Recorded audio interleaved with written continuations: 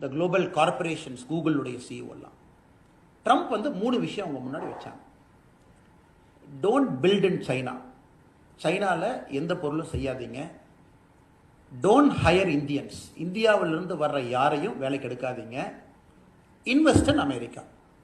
இதை நீங்க செஞ்சா மட்டும்தான் நீங்க பேட்ரியாட்டா நான் பார்ப்பேன் அப்படிங்கிறார். அப்பதான் இந்த தேசபக்த அமெரிக்கர்களாக நான் உங்களை பார்ப்பேன்.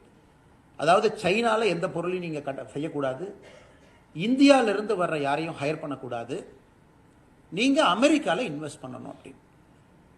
இது என்னை பொறுத்தவரை இந்தியாவுக்கு மிகப்பெரிய ஒரு வரமாக நான் பார்க்கின்றேன். ஏன்னா கடந்த ஒரு 5 வருடங்களாக அமெரிக்காவுடைய நெட் H1B விசா பார்த்தீங்கன்னா 72% இந்தியா வாங்கியிருக்கோம். 72% ஆஃப் US H1B விசா இந்தியர்கள் போயிருக்கும்.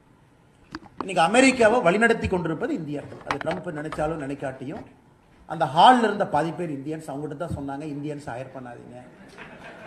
கடந்த 3 வருடங்களாக அமெரிக்காவுக்குள்ள அதிகமாக படிக்க போற ஸ்டூடெண்ட்ஸ் 1,25,000 பேர் ஒரு ஆண்டும் சராசரியாக, அதுவும் Indians. We take the highest number of student visa. அது நம்ம தான். எனக்கு ட்ரம்ப்னுடைய அந்த பேச்சு என்ன சொல்லுதுனாங்க, சைனாவை பொறுத்த வரைக்கும் பெரிய சப்ளை செயின் எக்கானமி, அது எதை வேண்டுமானாலும் செய்யலாம், சீப்பாக செய்யலாம், வேர்ல்டு கிளாஸ் குவாலிட்டியில் செஞ்சு அந்த பொருளை தூக்கி போட்டுருவாங்க.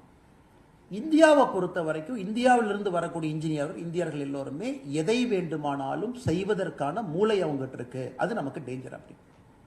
ஸோ இவ்வளவு பொட்டென்ஷியல் நமக்கு இருக்குங்க, இவ்வளவு டேலண்ட் நமக்கு இருக்கு, இவ்வளவு ரிசோர்ஸ் நமக்கு இருக்கு. அதிலும் குறிப்பாக எந்த ஒரு பல்கலைக்கழகத்திற்கும் செல்லாம தன்னுடைய விவசாய நிலத்தில் ஒரு நாளும் நடமாடும் பல்கலைக்கழகமாக இருக்கக்கூடிய விவசாய பெருமக்களுக்கான நேரம் இது.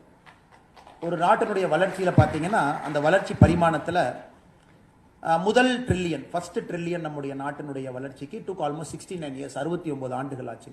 முதல் ட்ரில்லியன் நமக்கு வர சுதந்திரத்துக்கு பிறகு.